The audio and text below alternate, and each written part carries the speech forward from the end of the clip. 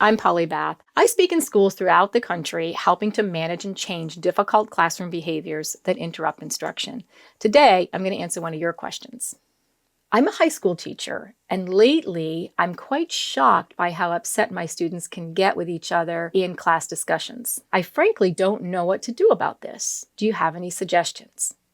One of our kind of automatic responses to that is to not allow kids to talk, which is the worst thing we can do. This is why we're in this predicament, because we don't have enough classroom discussions and kids aren't actually talking to each other face to face. So what we know is that there's some neuro research out there that says that the pathways in the brain, if you will, that are responsible for reading each other's tone, facial expressions, those types of things are actually forming at a slower rate because we're not using and we're not doing that like we should have be doing it at a younger age. So now I'm in high school and I've kind of gotten, pulled into social media, and we know how easy it is for someone, even adults do this, to put comments that are really not nice at all. And quite accusatory and hurtful. But people do it because it's easy to do on social media and I don't have to say it to your face.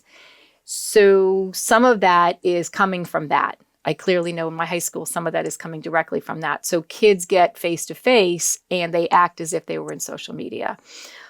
So we have to really have conversations about with our kids by saying just what I said, teach them that, and then allow them more opportunities to have conversations. But you may want to guide the conversation to something that is a limited subject instead of a free-for-all, and then kind of get them in a better position from there, open up the free-for-all as time goes on. But whatever you do, don't stop them from talking to one another. And whenever you can, close the screen. Don't forget to like, subscribe, hit the bell for notifications, watch these videos, and if you've got questions for future videos, include them in the comments below.